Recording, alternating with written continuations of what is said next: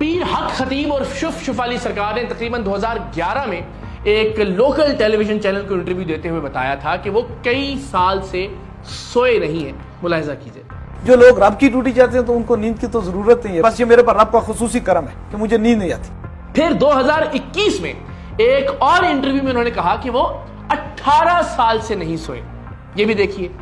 18 سال سے زائد عرصہ ہو چکا ہے کہ میں کوئی شب سویا نہیں ہوں. اور پھر ریسنٹلی ہمارے بھائی اویس ربانی صاحب کو انٹرویو دیتے ہوئے ان کا یہ دعویٰ تھا کہ جب سے انہوں نے ہوش سنبھالا ہے انہوں نے عشاء کی وضو میں فجر کی نماز ادا کی ہے, یعنی اس کا مطلب کہ وہ رات نہیں سوئے. یہ بھی ملاحظہ کر لیجئے. میں نے تقریباً گزشتہ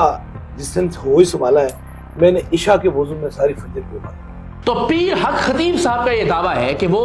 18 سال سے نہیں سوئے. تو آج کی اس ویڈیو میں پیر حق خطیب کو میں پیر سید اقرار الحسن یہ چیلنج کرتا ہوں کہ وہ اپنے اس دعوے کو ثابت کریں. آپ دیکھیے کہ اللہ کے ولی تب یہ کرامات دکھاتے ہیں جب ان کو کرامات دکھانے کے لیے کہا جاتا ہے تاکہ وہ اپنی حقانیت کو, اپنی سچائی کو ثابت کریں. تو میں ان سے یہ مطالبہ کرتا ہوں, میں انہیں یہ چیلنج کرتا ہوں کہ وہ مجھے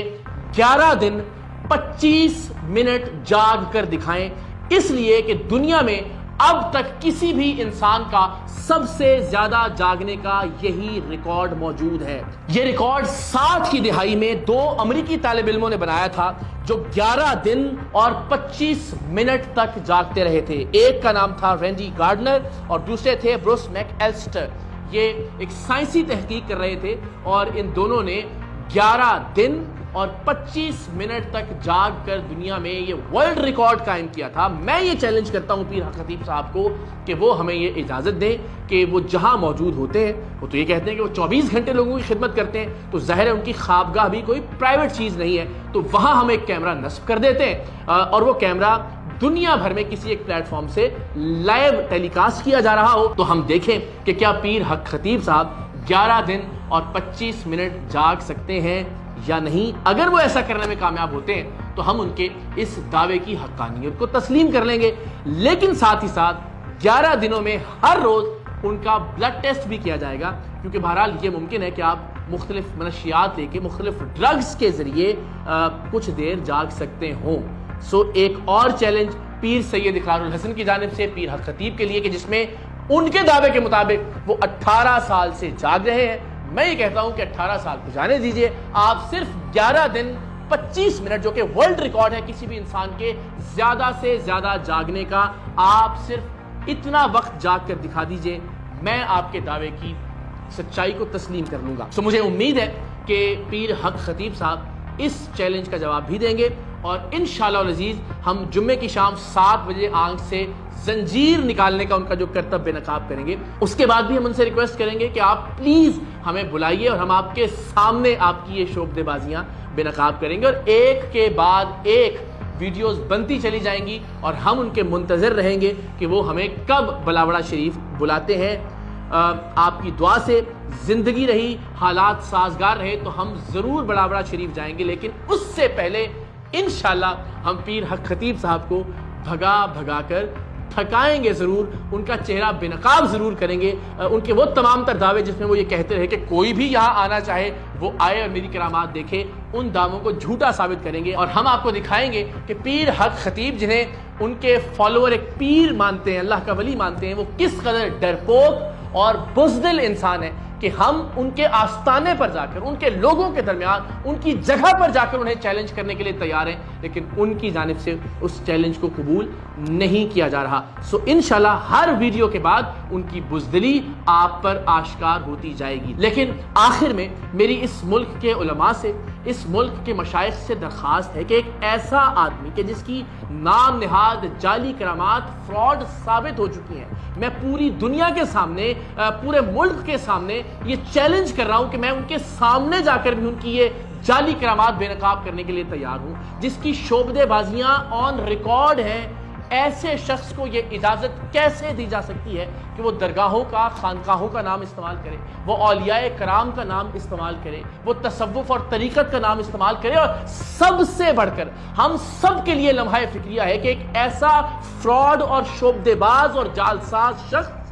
ختم نبوت کے کاز کے ساتھ خود کو اٹیچ کرنے کی کوشش کرے. آپ تصور کیجئے کہ ایک ایسا آدمی کہ جس کے فراڈ اسٹیبلشڈ ہیں, جس کی شعبدے بازیاں ریکارڈ پر ہیں, دنیا بھر میں ایسی لاتعداد ویڈیوز موجود ہیں کہ جن میں یہ ثابت ہوتا ہے کہ پیر حق خطیب کے یہ کرتب, یہ شعبدے اور بہت سارے مذاہب کے لوگ بھی اسی طرح سے استعمال کر رہے ہیں. ایک ایسے شخص کو ختم نبوت کے کاز کے پیچھے چھپنے کی اجازت کیسے دی جا سکتی ہے؟ اس سے اس مقصد پر بہت بڑا حرف آنے کا اندیشہ ہے. اگر اس ملک کے علماء اور مشائخ آگے نہیں آئیں گے, ویڈیو بیانات جاری نہیں کریں گے, پریس کانفرنسز نہیں کریں گے, اپنے فالوورز کو اس ڈھونگ سے, اس فراڈ سے متنبہ نہیں کریں گے. ایک ایسا شخص کہ جس سے قرآن مجید کی آیات یا احادیث مبارکہ سننا تو درکنار, ہم نے کوئی ایک شعر درست نہیں سنا. اپنی ہر تقریر سے پہلے وہ ایک شعر پڑھتے ہیں جو زبان زد عام ہے کہ کی محمد سے وفا تو نے تو ہم تیرے ہیں, یہ جہاں چیز ہے کیا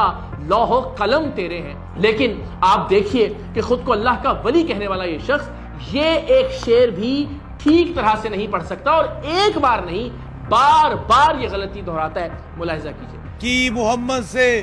وفا تو نے تو ہم تیرے ہیں, یہ جہاں کیا چیز ہے لوح و قلم تیرے ہیں. اور آخر میں پھر اولیاء کے وارثوں سے یہ درخواست کروں گا کہ خدا کے لیے اس شخص کے تدارک کے لیے کچھ کیجئے. ایک ایسا شخص جو خواجہ معین الدین چشتی اجمیری رحمۃ اللہ علیہ کی جگہ خواجہ محی الدین علی حجویری کہتا ہے, اور ایک بار نہیں بار بار کہتا ہے, جو یہ نہیں جانتا کہ اس نام کی کوئی شخصیت موجود نہیں, خواجہ محی الدین علی حجویری. ذرا ملاحظہ کیجئے, ایک سے زائد بار اس غلطی کو بار بار دہرانا. یہ شخص کس طرح سے اللہ کے ولیوں کا نام استعمال کر سکتا ہے, اولیاء اللہ کے طریق کے پیچھے چھپنے کی کوشش کر سکتا ہے. خواجہ محی الدین چشتی علی حجویری, خواجہ محی الدین چشتی علی حجویری کا معنی ہے. سو آپ نے دیکھا کہ ایک ایسا شخص جو خواجہ معین الدین چشتی اجمیری رحمۃ اللہ علیہ کا نام ٹھیک طرح سے نہیں لے سکتا, جو اقبال کا ایک زبان زد عام شعر ٹھیک طرح سے نہیں پڑھ سکتا, اور اس غلطی کو بار بار دہراتا ہے, اس سے کیا توقع کی جا سکتی ہے کہ وہ اللہ کے کلام کو پڑھتے ہوئے لوگوں کو شفا تقسیم کرتا ہوگا, وہ اللہ کے ولیوں کا نام استعمال کرتے ہوئے صحیح معنوں میں ان کے طریق پر چلتا ہوگا, جو اللہ کے ولیوں کا نام ٹھیک طرح سے نہیں جانتا. مجھے یقین ہے کہ اس ملک کے علماء کرام, اس ملک کے مشائخ, اس ملک میں اولیاء کرام کے وارث اس فتنے کے خاتمے اور تدارک کے لیے ضرور آگے بڑھیں گے انشاءاللہ.